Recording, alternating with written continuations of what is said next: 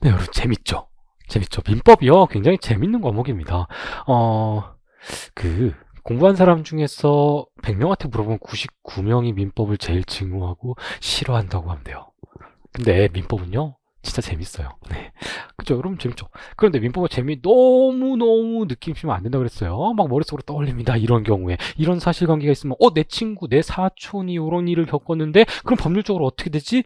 자, 그게 굉장히 좋은 자세거든요? 여기까지는 엄청 좋은 자세예요. 그래서 관련된 판례를 찾아보거나 관련된 법리를 찾아서 책을 뒤져보는 건 아주 좋아요. 그런데 판례도 없는데 사실관계를 내 멋대로 해석해서 내 입맛에 맞춘 어떤 특정한 결론을 스스로 도출해 내려면 그건 굉장히 위험해요. 아셨죠? 앞으로 그런 유혹이 굉장히 많을 겁니다. 네.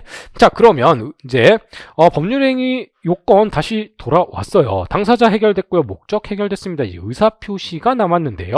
자, 의사표시가 왜 중요하다 그랬죠? 의사가 자체가 중요한 거예요. 제가 일부러 이렇게 띄워놨습니다. 의사가 굉장히 중요해요. 요소의 요소, 필수 요소. 의사가 없으면 그것은 법률행위가 아니에요. 그런데 의사라는 것이 굉장히 재밌네. 머릿속에서만 가지고 있으면 아무도 몰라요. 상대방은요, 그 사람이 10억에 팔고 싶은지, 20억에 팔고 싶은지, 저 건물을 팔고 싶은지 몰라요. 그렇기 때문에 의사 표시를 제대로 해야 됩니다. 그런데 의사랑 표시는 개념적으로 구분되어 있지요. 그래서 의사랑 표시가 서로 일치하지 않는 경우들이 있습니다. 자, 그런 경우에 어떻게 취급할 것인가에 대해서 우리 민법은 107조에서 108조, 109조 이렇게 조금 나누어 놓았습니다. 플러스 의사와 표시가 서로 일치하지만 의사 형성 과정에 어떤 하자가 존재하는 경우에도 효력을 인정하지 않을 수 있어요. 자, 그런 경우가 민법 제110조 사기 또는 강박에 의한 의사표시, 이렇게 네 가지로 흠이 있는 의사표시를 규정해 놓고 있습니다. 한꺼번에 한번 정리를 해볼게요. 자, 먼저 의사와 표시라는 게 개념적으로 구분되어 있다고 그랬죠. 근데 우리 민법은 이렇게 그냥 뭉뚱그려 놨다니까요. 의사표시라고. 그렇죠. 여기에서 문제가 발생해요. 그러면 확실하게 제가 결정해 드리도록 하겠습니다. 의사란 건 뭐예요? 의사. 우리가 의사 지금 첫 시간부터 계속 얘기하고 있죠.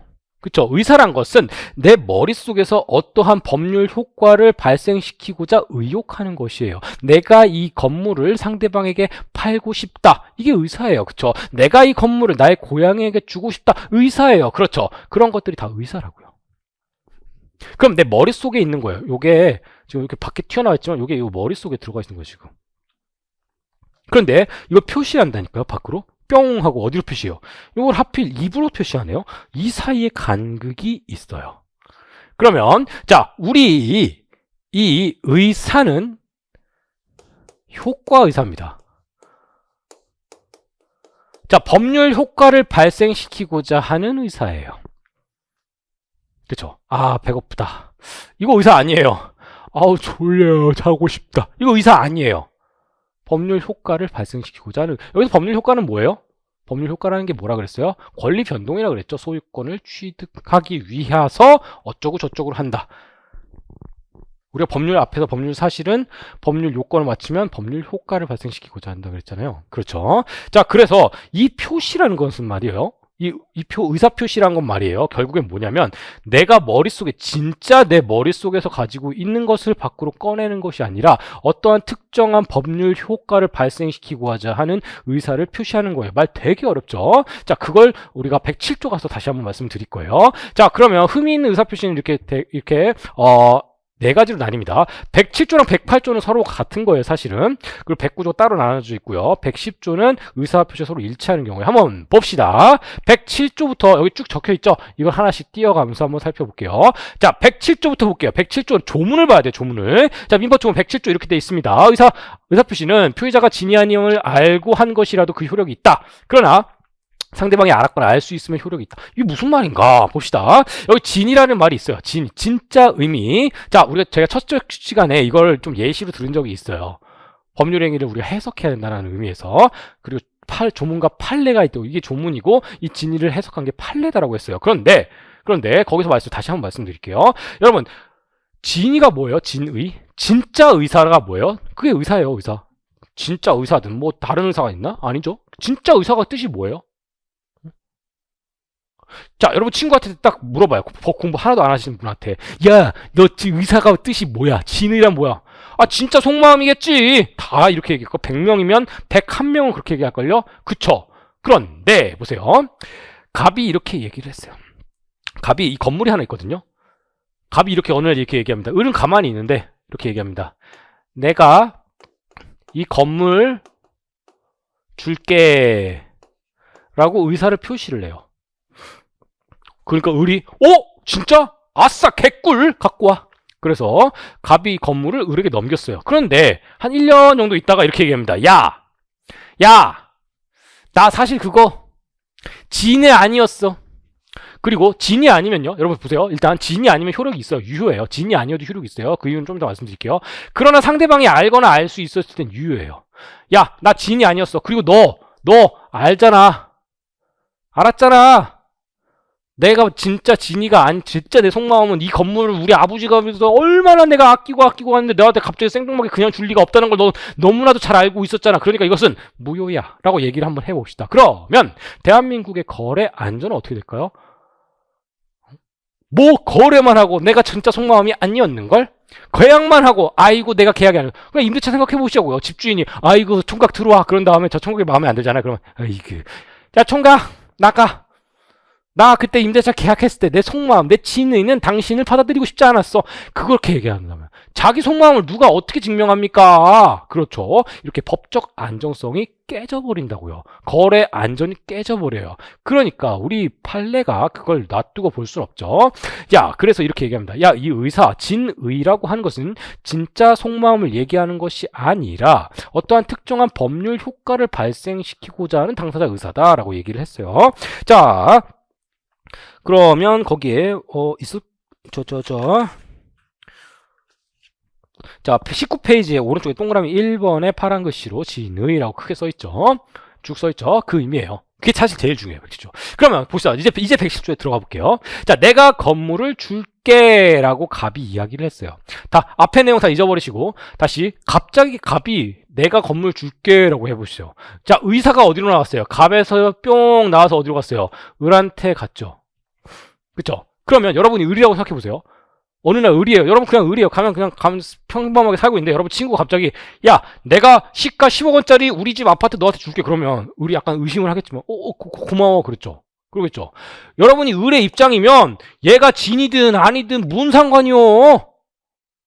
몰라요. 그냥 이 표시한 사항 이 자체만 보는 거예요. 그렇죠. 그러니까 이 을은 얘가 만약에 이게 진짜 진이가 아니었거든요. 진이 아닌 의사표시에서 이 표시의사가 아니었어. 잘못된 거였어. 이거를 당연히 모르는 게 원칙 아닐까요? 모르는 게? 그쵸? 몰라요. 진이 아니었음을 얘는 몰라요. 그러니까 그러면 당연히 유효라고 유효. 얘가 말한 대로 효과가 발생하는 게 맞다고요. 상식적으로 생각해보자. 그쵸? 야 내가 건물 줄게. 그러면 그럼 오케이. 그러면 계약이 맺어져 버린다고요. 증여 계약이. 그렇죠? 그런데 만약에 이게 진이 아니면 얘가 알거나 알 수 있었을 경우에는 얘를 보호할 필요가 없죠. 그러니까 효력이 있는 거예요. 맞죠? 107조가 왜 그런지 알겠죠? 그쵸? 그러니까 진이 아닌 의사표시는 우리 책에도 나오지만 어느 때 많이 쓰이냐면요. 퇴사할 때 많이 쓰여요. 퇴사. 자, 갑과 을이 고용계약이라는 걸 맺었다고 칩시다. 고용계약. 고용계약이 뭐예요? 자, 갑이 회사예요. 회사. 을이 근로자예요. 자, 근로자는요, 노무를 제공하고 회사는요, 임금을 지급하는 것을 내용으로 하는 약속, 계약이에요. 그렇죠. 그런데 이 을이 이렇게 얘기합니다. 나 퇴사할래요. 라고 얘기를 했어요. 그러니까 갑이 오케이 퇴사해 라고 했는데 갑자기 을이 이렇게 얘기합니다. 나 그때 그거 진이 아니었어요. 나 복직시켜주세요. 한장하는 거죠 이제. 실제로 한장하는 겁니다. 그러면 이제 이거 어떻게 해석할 거냐고요. 그러니까 실제로 소송에서 붙었어요. 나 그때 진이 아니었다. 대표적인 예가 이런 거예요. 이 을이 이 갑이 대학이요 대학. 저는 실제 막 얘기 안 해요. 아까 고니같이 그렇게 너무 동떨어지지 않으면 제가 드린 예는 실제 사건들입니다. 다. 자, 이 갑이라는 게 회사는 아니었고 대학교였어요. 대학교. 야, 을은요 교수였어요. 조교수 사건이라고 하는데 이 을이 사실은 교수인데 성비위를 저질렀습니다. 뉴스에도 나오고요. 제자를 건드려가지고 뉴스에도 나오고 난리가 났어요. 그러니까 그 당시에 을은 아이씨 이거 일 좀 어떻게 무마시켜야겠는걸 하면서 나 퇴사할라요 라고 이 회사 대학 측에다 전달했어요. 그러니까 아이고 오케이 해버렸어요. 그래서 퇴사가 됐어요. 퇴사가 됐어요. 근데 나중에 시간이 한참 흘고 이제 세상이 조용해진 다음에 나 그때 진이 아니었어요 라고 얘기를 한 거예요. 그러면 진이란 거는 진짜 속마음이에요? 아니죠. 그러니까 대법원이 뭐라고 했냐면요. 야, 너 이 사람이 대법원까지 갔어요. 야, 너 퇴사하고자 하는 마음 있었어 없었어? 없었어요. 그 진이 아니었어요. 근데 그 갑이 진이 아님을 어떻게 알아? 충분히 알 수 있었죠. 당시 사회적 상황을 보면 이라고 주장을 한 거예요. 그런데 대법원은 뭐라고 했냐면 이거는 107조에서 말하는 진이 아닌 의사표시가 아니야. 여기서 말하는 진의라는 것은 진짜 속마음을 얘기하는 게 아니란다. 당시에 너가 판단하기에 이게 최선, 퇴사하는 것이 최선 아니었니? 너 최선이었잖아. 그러니까 이때 너는 이게 최선이었으니까 이거는 진이 아닌 의사표시가 아니란다. 따라서 갑이 알았거나 알 수 있었는지 여부와 관련 없이 퇴사는 그대로 효력을 발생하는 거란다. 잘가. 이해가 되시죠? 또 이런 것도 있어요. 하나 더 볼까요? 진이 아닌 의사표시는 시험 문제 거의 안 나와요. 잘 안 나와요. 그리고 여러분 조심하세요. 그 민법 같은 것도 그렇고 다른 것도 그렇고요. 이걸 이해시키겠다고요. 뭐 여러 가지 실제로 존재하지 판례가 아니라 아까 뭐 제가 얘기했던 뭐 그 고니 같이 사실 고니도 판례거든요. 그 실제로 도박 판례거든요. 판례 없이 그냥 머릿속에서 만들어서 굉장히 쉬운 예시라고 들었다가 헷갈려 버립니다. 헷갈려 버려요. 만약에 사실관계 조금이라도 바뀌면 답이 바뀌어 버리니까. 그러니까 웬만하면 실제 판례를 실제 조금 어렵더라도 예시로 기억하시는 게 좋아요. 실제 예시 이런 것도 있습니다. 자, 갑이라는 사람이 있고요. 을이라는 사람이 있어요. 갑은요, 기업 회장이에요. 그리고 을은요, 그 당시에 힘이 제일 셌던 사람이에요. 대한민국에서 힘이 제일 셌던 실제 사건이에요. 자, 이 사람이 괴롭힙니다. 실제로 이 사람이 괴롭혔겠어요? 이 밑에 사람들이 괴롭힙니다. 괴롭혀요. 자, 나 정치해야 되는데 돈이 필요하네. 은근슬쩍.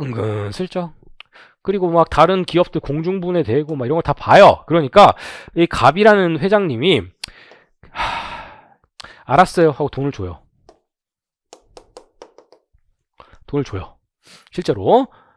그리고 나서 너무 가슴이 아픈 거예요. 우리가 이제 1990년대 이후로 이제 좀 따뜻해졌잖아요. 정치적으로 좀 따뜻해졌잖아요. 이제 이야기를 할 수 있는 그런 시절이 왔습니다. 그래서 이 갑 회장님이 그걸 기다렸다가 이제 대한민국을 피고로 해서 소송을 겁니다. 내가 그때 분명히 정치자금을 주긴 했지만 나는 진이 아니었다. 진이 아니었어. 그러니까 돈 돌려줘라고 대한민국에다가 소송을 걸었어요. 그러니까 그때까지 이 회장님은 회사가 날아갔거든요. 회사가 없었어요. 그 정도 했어요. 그러니까 너무 속이 많이 상했단 말이에요. 그래서 어떻게 해서든지 돈이 중요한 게 아니고 받아내고 싶었던 거예요. 그래서 이제 107조를 주장을 했어요. 내가 주기 싫어하는 것은 이때 이 을이 충분히 알거나 알 수 있었다. 그러니까 돈 내놔라고, 무효이기 때문에 돈 내놔라고 했어요. 그랬더니 대법원이 이렇게 했어요. 자, 회장님 말씀 잘 아시겠어요. 그런데 우리 민법에서 말하는 진이란 것은 진짜 속마음을 얘기하는 것이 아니고 그때 효과 의사가 뭐였어요? 돈을 을에게 준다라는 의사 아니었어요? 그리고 그 당시에 그것이 당신이 생각하던 최선, 베스트 아니었나요? 그러니까 아무 문제 없어요. 이건 진이 아닌 의사표시가 아니에요. 그러니까 을이 알았거나 알 수 있는 것과 관련 없이 이 징역 계약은 유효입니다. 안녕히 가세요 라고 했어요. 이 뒤에서 의사표시에 대해서 배우겠지만 103조부터 해서 쭉 나온단 말이에요. 그쵸? 다 안 됐어요. 결국에는 구제를 못 받았던 사건입니다. 자, 이게 107조예요. 그러면 하나 더 봅시다. 이제 108조를 볼게요. 자, 108조는요. 이렇게 됩니다. 상대방과 통정한 허위 표시의 의사표시는 무효로 한다라고 돼 있어요. 보세요. 비즈니스 의사표시랑 똑같습니다. 자, 갑은 을과 매매 계약을 체결하고 싶은 마음이 1도 없어요. 다만 갑은 지금 A 채권자, B 채권자, C 채권자, D 채권자, E 채권자 엄청 많아요. 빚쟁이에요. 그 유명한 빚쟁이인데 갑은 진짜 땡전한 푼도 없어요. 다 빚이에요. 근데 유일하게 이 10억짜리 건물이 하나 남았어요. 그러면 여러분들 돈을 안 갚으면 어떻게 될까요? 그리고 차압 들어온다 이런 얘기 들어봤죠. 그냥 법률상을 압류하는 거예요. 압류해서 추심 또는 전부 명령 받아가지고 채권자들이 강제 집행을 해버릴 수가 있습니다. 자, 그건 당연하죠. 돈 안 갚으면 어떻게 해요? 자, 이런 것도 여러분 마음 투사해가지고 우리는 보통 이 채무자에게 마음의 투사를 많이 해요. 저도 알고 있습니다. 채권자들은 나쁜 사람, 채무자들은 착한 사람. 그런 게 있나요? 없어요. 법률적으로는 없고요. 사회적으로도 없습니다. 채무자라고 무조건 착한 사람 아니고요. 채권자라고 무조건 나쁜 사람 아닙니다. 그쵸? 우리는 그런 걸 생각하면 안 되고요. 같이 중립적으로 봐야 돼요. 자, 채권자가 돈 빌려줬는데 돈을 안 갚아요. 근데 여기 10억짜리 건물이 있네. 그럼 어떻게 해야 되냐고요? 10억 건물 팔아서 경매로 팔아가지고 4만 얼마씩이라도 변제를 받아야 되는 거 아니에요? 그런 제도가 있습니다. 민사집행이라는 이름으로. 자, 어쨌든 그러니까 얘네들이 다 가져가려고 그러니까 이 갑은 어떻게 하겠어요? 집을 빼돌려야겠죠. 그래서 자기 친한 친구 을한테 이렇게 합니다. 야, 을순아 일로 와봐. 야, 내가 지금 조금만 있으면 지금 빚쟁이들 다 들어와서 나 지금 건물 유일하게 남아 이 건물 난리가 생겼거든. 그러니까 너랑 나랑 이거 법률 용어 아니에요. 그리고 강사는 이런 말 쓰면 안 돼요. 인문강의니까 쓸게요. 야, 가라 계약서 하나 쓰자. 죄송합니다. 가짜 계약서 하나 쓰자. 그래서 가짜 계약서를 해요. 그래서 매도인 갑, 매수인 을, 실제로는 계약을 하지도 않았으면서 매매 계약서를 작성을 하는 거예요. 그래서 을 명의로 건물을 등기를 쳐버립니다. 등기 친다는 건 나중에 나와요. 이 이유는 나중에 나와요. 이렇게 빼돌려버려요. 그러면 보세요. 갑은 을에게 건물을 팔 의사가 있었어요? 없었어요? 없었어요. 효과의사가 없었다고요. 효과의사가 없으면 이거 인정돼요? 안 돼요? 원래는 진위가 아니라고요. 진위 아니에요. 진위가 아닌 의사표시를 뿅 날렸어요. 그러면 원래는 효력이 있어요? 없어요? 효력이 있잖아요.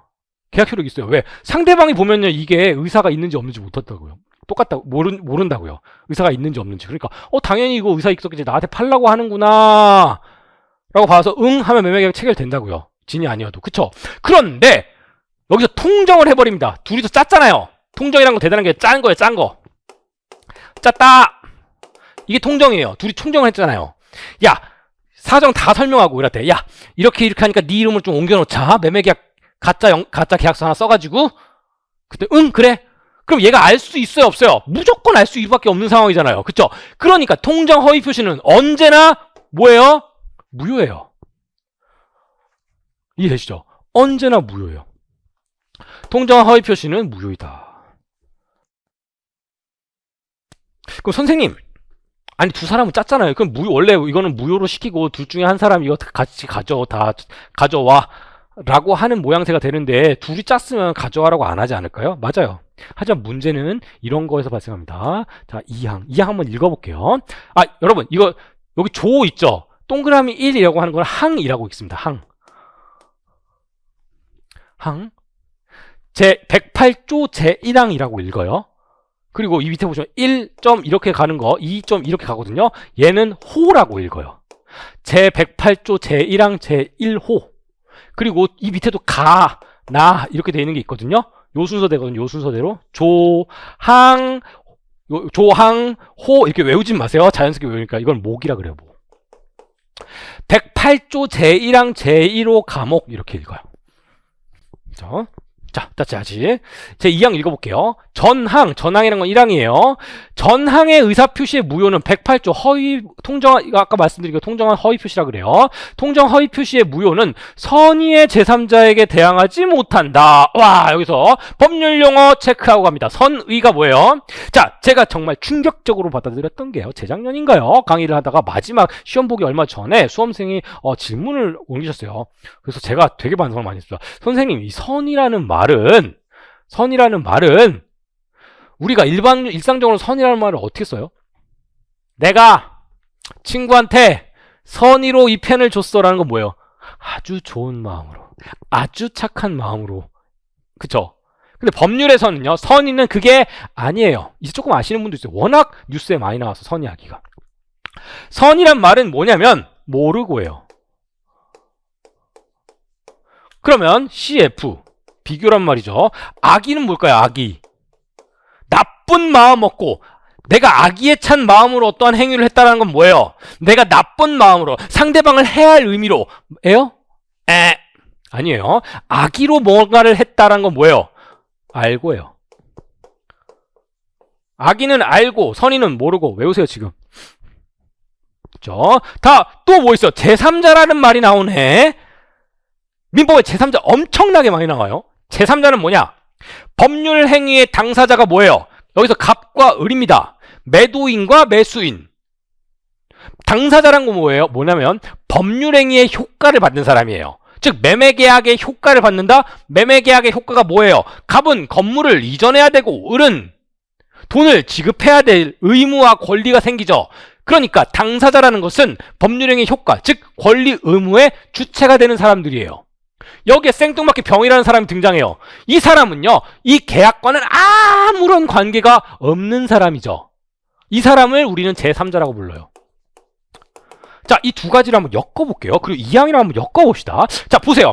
야, 통장 허위 표시 뭐라 그랬어요? 진짜 내가 팔 생각도 없으면서 이 건물을 을 명의로 바꿔놨어요. 등기를 친다 그래요. 자, 그러면 이거 이렇게 되면 어떻게 되냐면 외부에서 이렇게 보잖아요. 이 건물의 등기부등기부를 띄우면 을이 갑한테 건물을 사서 현재 소유하고 있다라고 보여요. 외부에서 보면요. 근데 실제로는요.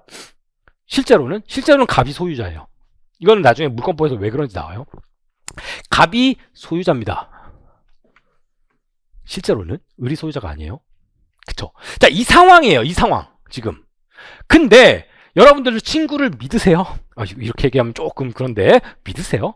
뭐 저는 뭐 친구들 좀 많이 믿습니다. 제 친구들 좋은 친구들 많죠. 그런데 그러나 문제가 좀 있죠. 이게 10억이었죠. 네 이름으로 잠깐 하자. 그리고 2년 뒤에 내가 받아올게라고 했는데 세상 사람들은 이 건물이 다 내 건지 알아. 이 건물이 다 내 건지 알아. 얘 빼고. 올랄라? 빼돌려버리자. 그래서 이걸 병한테 팔아버립니다. 실제로 이런 경우 엄청나게 많아요. 엄청나게 많다고 대부분 그래요. 대부분. 가족한테 빼돌리잖아요. 가족한테 빼돌려도 다 빼돌려요. 가족한테 그 재산을 빼돌려도 다 팔아먹어버려요. 대부분 다. 여러분 이 영상 보고 계시는 분 중에서도 근처에 그런 얘기 한 번쯤은 들어보셨을 거고 고개 끄덕끄덕거리시는 분 분명히 있을 거예요. 자, 만약에 병한테 팔아버리면 어떻게 되나 봅시다. 이 병의 신분을 봅시다. 병! 누구예요? 갑과 을의 매매 계약 108조에 해당하는 108조가 뭐예요? 통정 허위 표시에 해당하는 이 매매 계약과 병은 관계가 있어요? 없어요? 없잖아요. 이 매매 계약의 효력은 갑과 을에게만 미치지 병한테는 안 미친다고요. 그쵸? 이 갑과 을만 계약의 당사자고 이 병을 뭐라 그러냐면 제3자라고 부른다고요. 그쵸? 그런데 보세요. 매매 계약 체결 지금 을이 소유하고 있다가 넘어갔어요. 근데 만약에 병이 모르는 사람이에요. 나 뭘로? 저 선이라고 해봅시다. 선의의 제3자라고 해봅시다. 병은 선의의 제3자 몰라요. 그러면 그냥 갑이라는 사람 있는지도 몰랐고 을이 소유하고 있길래 그냥 나는 건물을 샀어요. 그래서 이전 받아가지고 인도 받아서 들어가서 살았어. 아파트에서. 그랬더니 어느 날 갑자기 갑이 와서 야 내가 소유자인데 네가 왜 들어와? 라고 할 수 있거든요. 왜 거기서 살아? 그러면 나는 야 이거 내 거야 라고 주장할 수 있냐라는 문제예요. 그게 뭐다? 대항한다라는 얘기예요. 대항한다. 자, 선이라는 말을 했고요. 제3자라는 말 했고 대항이라는 말도 했어요. 대항이라는 것은요. 자신의 권리를 주장한다라는 의미예요. 보통은 갑이 내가 이거 내 건데 왜 네가 살아라고 나가라고 하면요. 문소리 이거 내 거다라고 대항할 수 있다라고 표현을 해요. 법률용어로서. 병은요. 그럼 주장할 수 있냐고요. 선의면 주장할 수 있다라는 게 조문의 의미입니다. 그렇죠? 얘가 몰랐어요. 이게 통정 허위 표시인지 모르고 그냥 을한테 샀어요. 그러면 얘께 돼요. 선의면. 근데 만약에 얘가 악이에요. 악이면 어떻게 될까요? 알아. 이게 통정 허위 표시라는 거 알아. 갑이 이걸 빼돌렸어요. 보통 어떻게 일어나면 을이 얘기를 합니다. 야 또 자기 다른 친구야. 야 병식아 일로 와봐. 야 너 갑돌이 알지? 응. 야 내가 갑돌이가 지금 빚쟁이한테 쫓기고 있잖아. 근데 빚쟁이들한테 쫓기니까 이거 집 날릴까봐 나한테 10억에 판다고 가짜 계약서를 써서 나 넘겼어. 등기부 쳤어. 야 그러지 말고 야 네가 이거 빨리 사가라 싸게. 9억에 줄게. 아싸 개꿀 하면서 9억에 산 거예요. 그럼 얘 보호할 필요 있어요? 없어요? 없습니다. 보호할 필요가 없어요. 그러니까 그런 경우엔 대항하지 못한다. 대항하지 못한다는 말은 뭘까요? 갑이 내놔 하면 아유 내놓을게요 드릴게요 할 수밖에 없다라는 것입니다. 아세요? 아셨죠? 이게 대항할 수 없다. 이게 108조의 모습이에요.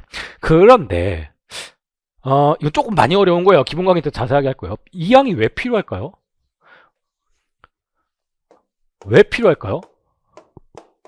조문이 왜 필요할까? 자, 여기서부터는 많이 심화예요. 많이 심화. 기본 강의 때도 안 다루고 심화 강의 때 예전에 다뤘던 거예요. 자, 갑과 을이 매매 계약을 체결하잖아요. 그냥 한번 들어만 보세요. 이 매매는 계약이죠.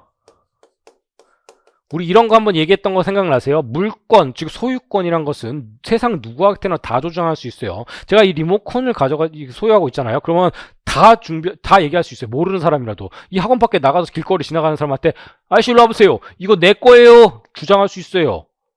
누가 이걸 내 거 나 몰래 쓱 가져가잖아요. 가져와 라고 얘기할 수 있어요. 근데 계약의 효력인 채권은 누구한테만 주장할 수 있다? 계약한 당사자한테만 주장할 수 있어요. 그렇죠. 내가 1,000만 원을 친구한테 빌려줬는데 그 친구한테 1,000만 원 갚아 라고 할 수 있지. 길 가는 아무 사람한테 아저씨 내 친구가 1,000만 원 빌려가는데요 대신 좀 갚아주세요 할 수 있어요 없어요? 없어요. 맞아요. 채권엔 이런 특징이 있습니다. 그쵸? 그러면 물권이란 건요. 물권, 소유권 얘기해볼게요. 소유권은 왜 대체 사람들한테 이게 내 거라고 주장을 할 수 있을까요? 뭘 근거로? 만약에 이게 부동산이라고 해보자. 부동산은요. 부동산 등기부란 걸 띄우면 이게 내 것이라고 그렇지 표시가 돼 있어요. 그걸 계속 지금 얘기한 등기라고 해요. 등기. 그런데요. 여러분 등기는요. 공신력이 없다 들어보셨나요? 등기에는 공신력이 없다 얘기 들어보셨나요? 네, 등기에는 공신력이 없습니다. 무슨 말이냐면 등기를 믿을 수 없나? 네, 엄밀히 말하면 믿을 수 없습니다. 어떤 X라는 건물에 저 X라는 건물이 등기가 되어 있잖아요. 그러면 이 건물이 갑소유다 을소유다라고 강하게 우리가 추정을 해줄 뿐이지 이 권리가 제대로 아주 적법하게 을이 소유권을 취득했다라는 증거가 되지는 못해요. 즉 을이 소유한다라고 등기가 돼 있다고 해도 이걸 믿어서 매매 계약을 체결한 병은 원칙적으로 보호가 안 돼요. 예를 한번 들어볼게요. 갑이 아빠예요. 이런 일은 너무 많아요. 친구한테 돈 빼돌린 것보다 건물 빼돌린 거 더 많아요. 아버지가 건물 소유자예요. 을이 아들이에요. 아들이 망난이에요. 개망난이에요.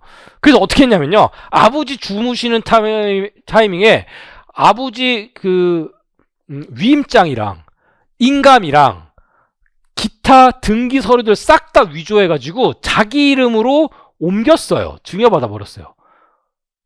그러면 등기를 딱 보면 어떻게 돼요? 을소유 이렇게 돼 있다니까요. 을소유 이렇게 돼 있어요. 그런데 이거 실제로 누구 소유예요? 갑소유예요.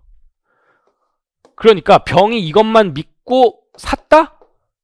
그러면 병은 보호가 안 돼요. 갑이 내놔라고 하면 대항할 수가 없어요. 이게 뭐다? 공신력이 없다라는 얘기예요. 다만 우리 조문은 108조로 만들어서 의사표시의 통정 호의 표시로 무효인 경우에는 선의의 제3자를 보호해 주는 거예요. 원래는 얘가 보호 안 받는 게 원칙인데 보호해 줍니다. 선의 제3자는. 자, 108조뿐만 아니라 107조에도 이 규정이 있고요. 108조에도 있고 109조에도 있고 110조에도 있어요. 의사표시에 관련된 건 전부 다 있습니다. 여기까지가 통정 허위 표시란 거예요. 통정 허위 표시가 뭐다? 통정 허위 표시가 짜고, 즉 통정해서 허위 표시, 실제로는 팔 의사도 없으면서 허위한 표시는 무효이다. 당사자 사이에서 언제나 무효이다. 다만 제3자는 보호된다. 딱 이렇게만 정리하시면 돼요. 이거 자세하게 기본 강의 때 합니다. 자, 그러면 이제 뭘까요? 108조까지 해서 109조. 자, 착오라는 거예요. 착오는요, 통정 허위 표시나 비지능 의사 표시보다는 실전에서 일상생활에서 훨씬 많이 쓰는 말이에요. 109조 봅시다. 의사 표시의 법률행위 내용의 중요 부분에 착오가 있는 경우는 취소할 수, 108조 무효라 그랬어요. 107조도 원칙적으로 유효지만 상대방이 알거나 알 수 있었을 때 무효라고 그랬어요. 107, 108조 효과는 무효예요. 109조는 취소래요. 앞에서 잠깐 봤지만 무효는 무효, 취소는 당사자한테 좀 권리를 주는 거예요. 야, 이거 원래는 무효시켜야 되는데 네가 한번 결정해봐. 결정권을 주는 거예요. 자, 그럼 취소할 수 있다고 해요. 일단은 유효란 말이죠. 그러면 착오가 뭔가 봅시다. 자, 착오란 건요, 이거예요. 착오란 이거예요. 의사와 표시가 서로 일치하지 않아요. 그런데 그걸 몰라. 그걸 알면 비진의 의사 표시죠. 알면 비진의 의사 표시예요. 근데 모르면 그걸 착오라 그래요. 내가 잘못했네 라고. 자, 그리고 요건이 이렇게 돼 있습니다. 요건이 쭉 이렇게 돼 있어요. 다시 읽어볼게요. 의사표시는 법률행위 내용의 중요 부분이 이걸 좀 끊어있는 방법을 말씀드릴게요. 의사표시는 법률행위 내용의 중요 부분에 착오가 있을 때는 여기까지가 뭐예요? 요건이죠. 법률행위 내용 그리고 중요 부분 착오가 있다는 것은 효과가 뭐예요? 취소할 수 있다. 이게 효과예요. 그쵸? 이게 법률 효과고요. 이게 법률 요건이에요. 이해되시죠? 그쵸? 그럼 이걸 좀 정리를 한번 해봅시다. 다만 그 착오가 표시에 중대한 과실로 이해할 때는 취소하지 못한다. 그러면 이것을 좀 정리해보면 이렇게 됩니다.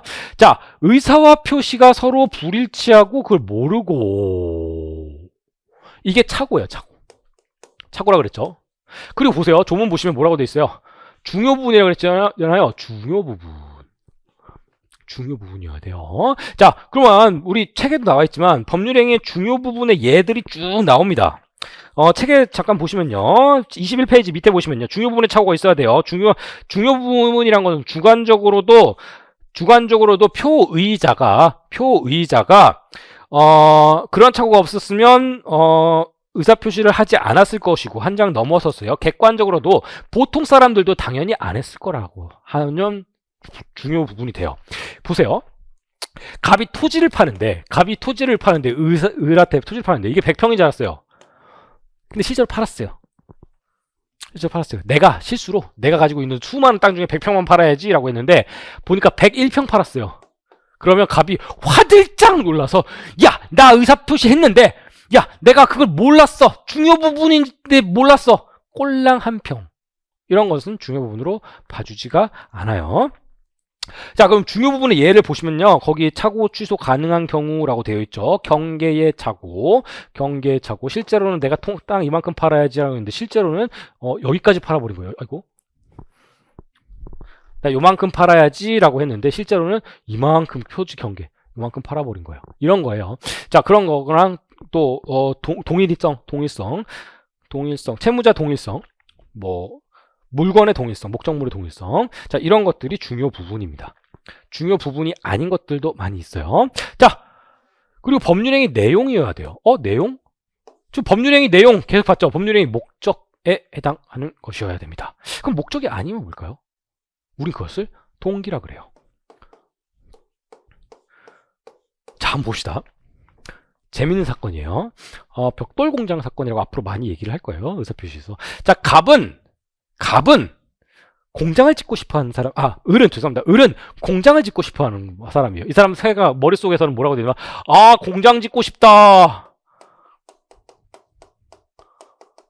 공장 지으려면 뭐 해야 돼요? 땅 사야겠네? 그래서 갑한테 갑니다. 야, 갑아, 네가 가지고 있는, 이게 땅이에요.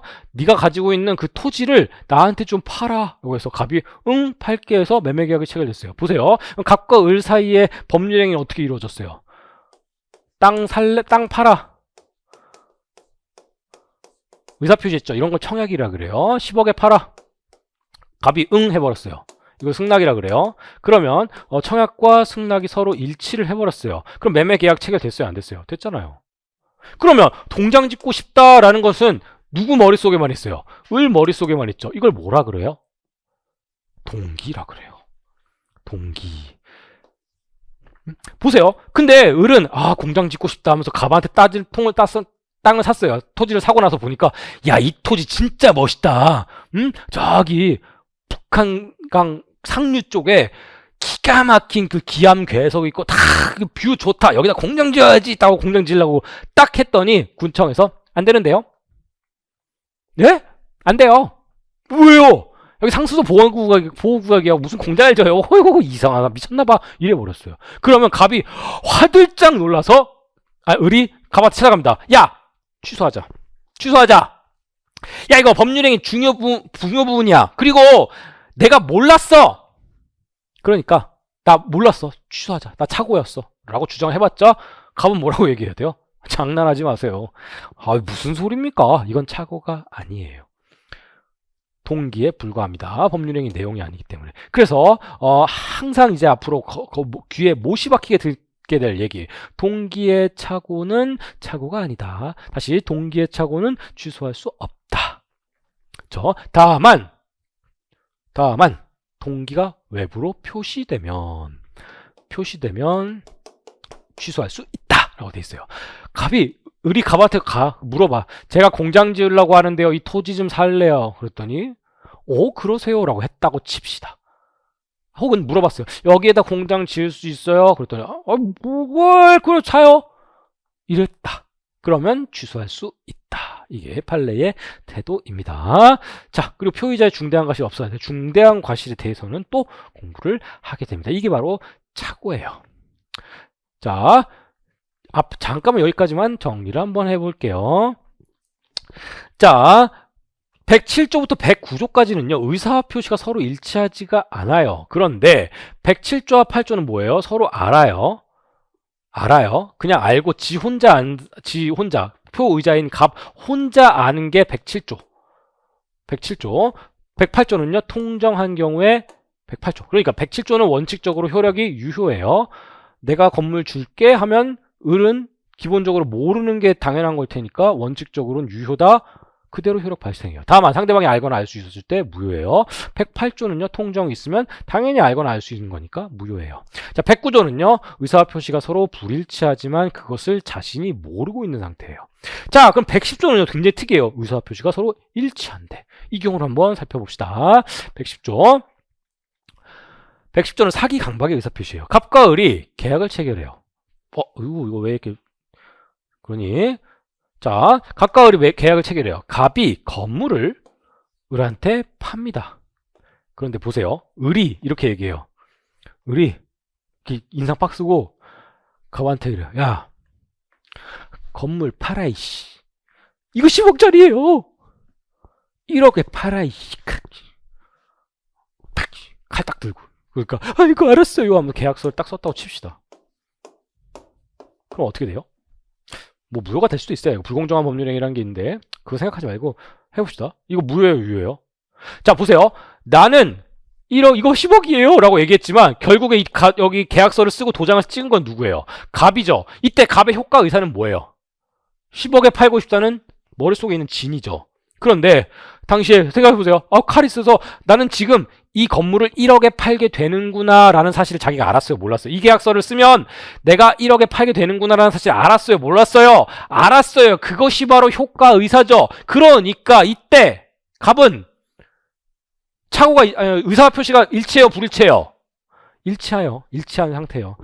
자신의 의사는 1억에 파는구나. 그리고 표시도 1억에 팔게요 했으니까요. 맞죠. 그러니까 이게 의사 표시가 불일치한 경우가 아니에요. 그런데 이런 거 남겨둬야 돼요? 남겨두지 말아야 돼요? 이거 남겨두지 말아야죠. 그래서 이런 경우에는 갑이 취소할 수 있다라고 돼 있어요. 똑같은 경우도 이런 경우도 있습니다. 을이 갑을 뭐 했냐면요. 기망했다라고 얘기해요. 다른 말로 속였다. 다른 말로 재산적 이유를 위하여 사기쳤다. 다 같은 말이에요. 속인 거예요. 을이 갑을 속입니다. 야, 네 건물 나한테 팔아. 그거 시가에 주면 한 5천만 원 똑같았대. 내가 비싸게 쳐줄게. 1억에 팔아. 실제로 10억인데. 이런 경우에 사기를 팍 쳤어요. 그러면 갑의 머릿속에는 어떻게 돼 있을까요? 이거 1억에 팔아야지라고 딱 세팅이 돼서 1억에 팔게 라고 말을 해버렸죠.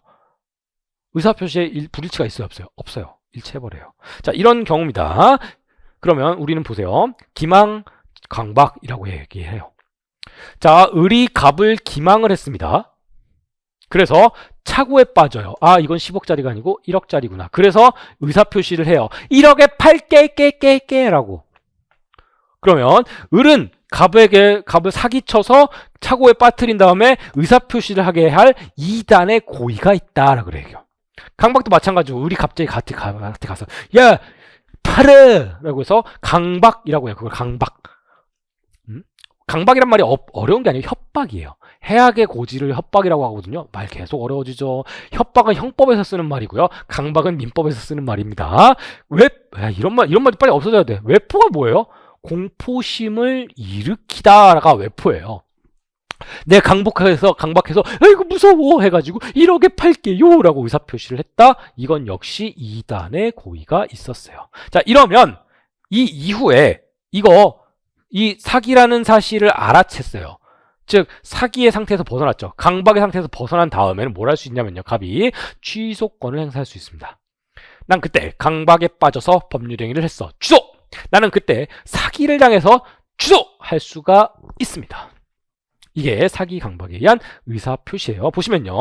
자, 의사표시가 있어요, 없어요? 있죠? 알아요? 알죠? 근데 뭐예요? 하자가 있습니다. 사기 또는 강박이란 거. 이런 거는 취소가 가능해요. 이 역시 3자가 보호되죠. 그런데 110조 조문을 왜 띄워놨냐? 자, 선의의 제3자에게 대항하지 못한다. 이거 계속 봤던 거죠. 이거 맨날 2항이었는데 왜 3항으로 돼 있지? 2항에 요런 게 하나 또 새로운 게 있기 때문이에요. 보세요. 2항은 이런 거예요. 여기 A라는 사람이 있습니다. A는 누구냐면요. 법률행위 당사자가 아니야. 칼 들이밀어서 1억에 판다라는 계약서를 썼는데 이 계약서에 A는 들어가지도 않잖아요. 그런데 잘 보세요. A라는 사람이 어느 날 칼을 들고 가봐서 가요. 야, 너 을순이 알지? 네 건물 을순이한테 1억에 팔아. 라고 한 거예요. 그럴 수 있을까요? 그럴 수 있죠. 그럴 수 있습니다. 그런 경우에 어떻게 되냐고요. 을이 직접 칼 들고 가서 강박한 거 아니라니까요. 그러면 효력이 어찌 될까요? 라고 해서 2항이 필요한 거예요. 우리 조문은 이렇게 얘기해요. 상대방 있는 의사표시에 관하여 제3자가 여기서는 A죠. 사기나 강박을 행한 경우에는 상대방은 을이에요. 그 사실을 알았거나 알 수 있었을 경우에 하나여 그 의사표시를 취소할 수 있다. 즉 A가 가서 칼 들고 설친 것을 을이 알았다면 갑은 취소할 수가 있습니다. 모르는 경우에도 취소할 수 있는 경우도 있어요. A가 대리인일 때. 자, 어쨌든 이게 2항입니다. 재밌죠? 칼 들고 설쳤다는 사실을 얘가 알면 취소할 수 있어요. 자, 이게 하자 있는 의사표시입니다. 뭐 사기에 대해서 쭉 나와 있고 강박에 대해서 쭉 나와 있어요. 그리고 그리고 쪽이 3자의 관계도 있고요. 이게 사기 강박의 의사표시죠. 자, 어때요? 의사표시에 뭔가 문제가 있어요. 흠이 있습니다. 그러면 무효 또는 취소할 수 있어야겠죠. 그쵸? 자, 이렇게 규정해 놓은 게 의사표시입니다. 이 이외에는 다 어떻게 될까요? 유효겠죠. 당사자, 목적, 의사표시.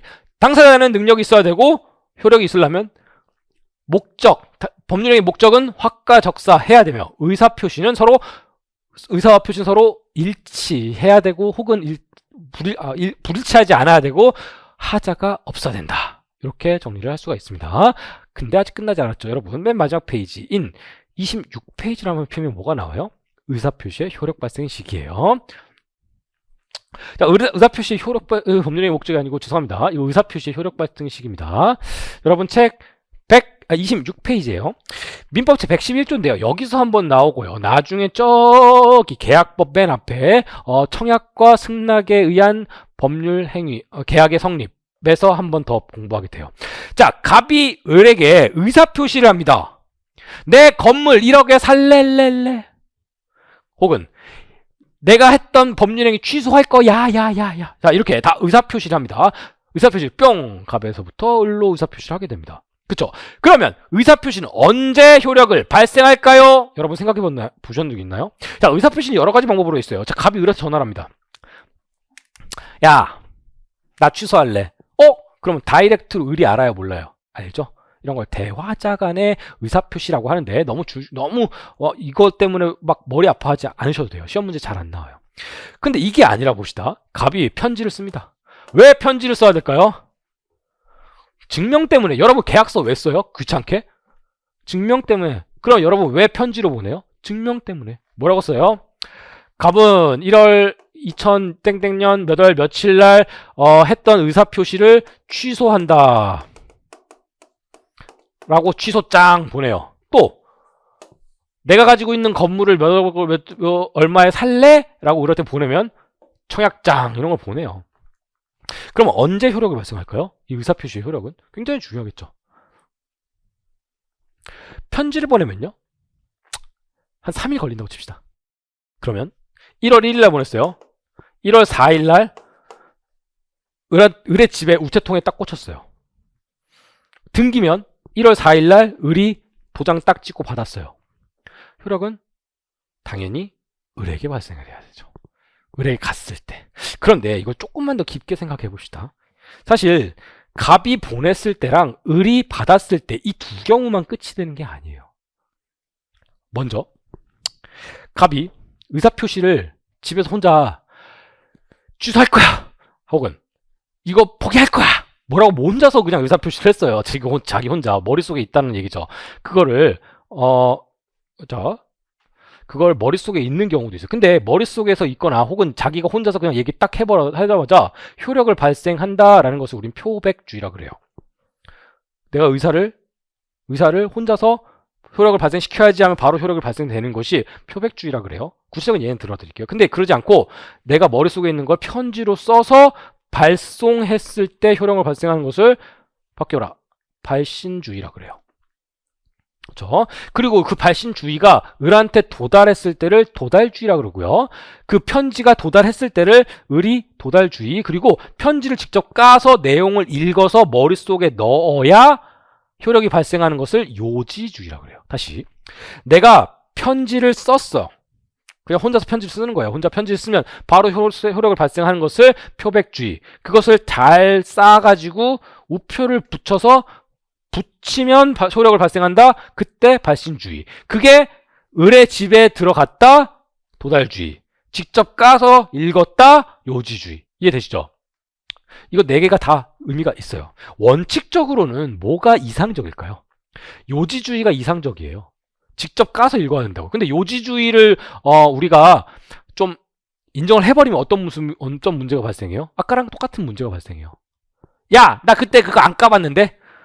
나 취소한다 라고 했는데 을이 나 안 까봤어, 몰라, 무슨 내용 들어와 있는지 몰라, 내가 어떻게 알아, 야, 나 몰라 해버리면 어떻게 돼요? 영원히 취소권의 효력을 발생 안 하겠죠. 그쵸?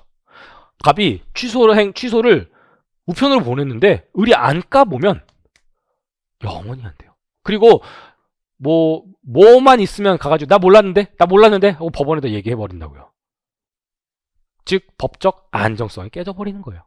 그러니까 요지주의가 이상적이겠지만 실질적으로는 도달주의를 취하고 있습니다. 그럼 도달이라는 의미가 뭘까요? 도달이란 것은요, 인식 가능 상태라고 그래요. 을이 이 편지를 요즘 편지를 좀 안 써서 우표를 잘 안 붙이죠. 등기는 많이 보냅니다. 편지를 법정 서류는 전부 다 서류입니다. 을이 인식할 수 있느냐, 우체통에 들어갔느냐, 아니면 등기인 경우에는 얘가 봐서 도장을 찍었나, 요런 걸 봅니다. 아시죠? 그럼 이런 경우는 어떨까요? 좀 극단적이네요. 갑이 실제 사건이에요. 극단적이라 해봤자 실제 사건이에요. 갑이 을이랑 같이 사는 사람이요. 갑이 을한테 뭘 보냈는데 같은 집에 사니까 자기가 자기 집으로 보냈겠죠? 그쵸? 자기가 자기 집으로 보냈는데 이 집에서 일하시는 분 있잖아요. 가정부 선생님께서 이 편지를 언제나처럼 수령을 했어요. 그 사실을 갑이 딱 알고, 알아, 내가 보낸 편지가 가정부에 갔네, 을에게 도달했다고 볼 수 있겠구만 하면서 그 가정부한테 어이구, 그거 나한테 주세요 하고 받아가지고 자기가 불태워버렸어요. 그러면 을은 인식할 수 있었어요, 없었어요? 인식할 수 없었죠. 이런 경우에는 판례는 도달하지 않았다라고 봤어요. 자, 다시 발신주의, 그럼 도달주의는 인식 가능한 상태. 이 증명은 뒤에서 이제 또 배워요. 우리가 일반 우편으로 보낸 것이 아니라 보통 등기 우편이랑 보통 우편으로 안 보내고 내용 증명 우편으로 보내는 이유가 뭘까요? 만약에 갑이 우표 붙여가지고 보통 우편으로 보냈잖아요. 근데 반송이 안 되면 어떻게 될까요? 도달한 것으로 볼까요? 아니요, 안 돼요. 즉 보통 우편으로 보내면 반송이 안 돼봤자 도달했는지 안 했는지 몰라요. 다만 등기 혹은 내용증명 우편으로 보냈다면요, 등기 또는 내용증명 우편으로 보냈는데 반송이 안 됐잖아요. 그러면 도달한 것으로 봐버려요. 압도적이죠? 압도적이에요. 도달했다라는 사실을 만약에 우편을 붙였으면 갑이 막 입증해야 돼요. 야, 얘가 몇 월 며칠 날 분명히 그 집으로 내가 앞에 가가지고 이렇게 사진을 찍어놨어. 우체부가 가가지고 가서 주더만, 그리고 얘가 두 손으로 봤더만 그 사실을 내가 사진으로 찍었어. 증명이요. 이렇게 해야 돼요. 엄청 힘들죠. 그러니까 간단하게 등기 내용 증명 우편으로 보낸다. 이게 도달주의입니다. 그러면 발신주의는요? 요지주의 오케이 됐고, 이거는 거의 인정될 리가 없고요. 거의 대부분 상대방 있는 의사표시는 도달주의. 상대방 없는 의사표시는요, 굳이 상대방에게 도달시킬 필요가 없죠. 난 소유권 포기한다. 내 집 구석에서 편지를 쓴 다음에 동네 사람들은 다 들으시오. 나는 이 집의 소유권을 지금 포기합니다. 라고 얘기하면요, 그냥 소유권 포기돼요. 꼭 그렇게 동네 사람한테 얘기 안 해도 돼요. 그냥 종이 내 의사만 외부로 표시만 하면 돼요. 그럼 포기됩니다. 그럼 남은 게 뭐예요? 발신주의예요. 발신주의를 쓰는 일이 있을까요? 있습니다. 그것이 바로 예외예요. 상대방 있는 의사표시 중에서 다시 상대방 없는 의사표시는 표백주의, 상대방 있는 의사표시를 가지고 요 세 개를 우리가 따져봐야 되는데, 요지주의는 이상적이지만 사용하지 않고 원칙은 도달주의예요. 하지만 예외적으로 발신주의를 취하는 경우가 있어요. 우리 시험에서 관계가 있는 것은 이 2번하고 3번 케이스인데, 2번만 한번 잠깐만 얘기할게요. 격지자 간의 계약에 쓴다. 편지로 왔다 갔다 하는 관계를 우린 격지자라 그래요. 격지자라고 멀리 떨어져 있는 관계, 이렇게 생각하실 수 있겠는데 꼭 그런 건 아니에요. 같은 집에서 살아도 우편으로 보내면 격지자라니까요. 그러니까 거리적 개념이 아니라 시간적 개념이에요. 조금 어렵죠? 괜찮아요. 격지자는 여기서만 나오니까요. 그럼 격지자 간의 계약의 승낙 같은 경우에는 발신주의를 취한다라고 돼 있어요. 무슨 소리인가? 한번 봅시다. 자, 갑이 1월 1일 날 내가 가지고 있는 건물 살래? 라고 청약을 했어요. 이거 청약이라 그래요. 그래서 뿅 날라갔다고요. 그래서 언제 도달하냐면요, 1월 3일 날 도달을 했어요. 을한테 도달을 했어요. 그래서 을이 그걸 읽어보고요, 사고 싶었던 건물이구만 해서 1월 5일 날, 밑에 쓸게요.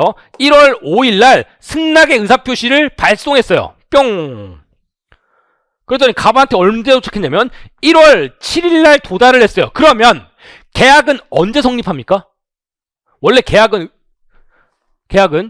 청약과 승낙의 의사표시가 합치됐을 때, 즉 청약의 의사표시와 승낙의 의사표시가 상대방에게 도달했을 때 효력이 발생하는 거거든요. 원칙적으로 따지면 도달주의를 취하니까. 그러니까 청약의 의사표시는 을한테 도달 언제 했어요? 1월 3일 날 했죠. 그쵸? 승낙의 의사표시는 1월 7일 날 도달했죠. 그러니까 원칙적으로 1월 7일 날 계약이 성립한다고요. 근데 너무 늦어. 왜 이렇게 할 필요가 없잖아요. 정확하게 도달했잖아요. 그쵸? 그러면 의사표시는 적어도 언제 합치가 있었어요? 1월 3일날 있을 수도 있어. 그냥 편지 읽자마자 바로 내가 사고 싶었던 거다. 의사합치가 이때 있었을 수도 있는데, 적어도 언제? 1월 5일날 내가 발송했을 때쯤이면 의사의 합치가 확실히 있잖아요. 그쵸? 그 편지 그대로 갑한테 도달했으니까. 그렇죠? 그러니까 격지자 간의 계약에서 승낙의 의사표시는 발신주의를 취한다라는 말은 이때예요. 요때 계약이 성립해요. 조금 어렵죠. 나중에 이걸 계약 시간에 배우면 그랬구나라고 바로 떠오르실 겁니다. 이게 발신주의 예외도 취하고 있다. 이게 여기까지가 우리가 의사표시예요. 예외 발신주의까지가. 자, 그러면 의사표시 법률 행위에 했어요. 법률 행위의 일반론에 대해서 전부를 했습니다. 당사자, 목적, 의사표시 전부 다 했어요. 여기서 시험 문제가 어마무시하게 나옵니다. 목적에서 한 2문제 나오고요. 의사표시도 당연히 한두 문제는 당연히 나와요. 의사표시 당연히 나와요. 이제 민법 총칙에서 반 정도가 오늘 지금 이 1시간 동안, 2시간 동안 공부했던 데에서 다 나와요. 아시죠? 그럼 조금만 쉬었다가 와서 그 다음 단계 보도록 할게요.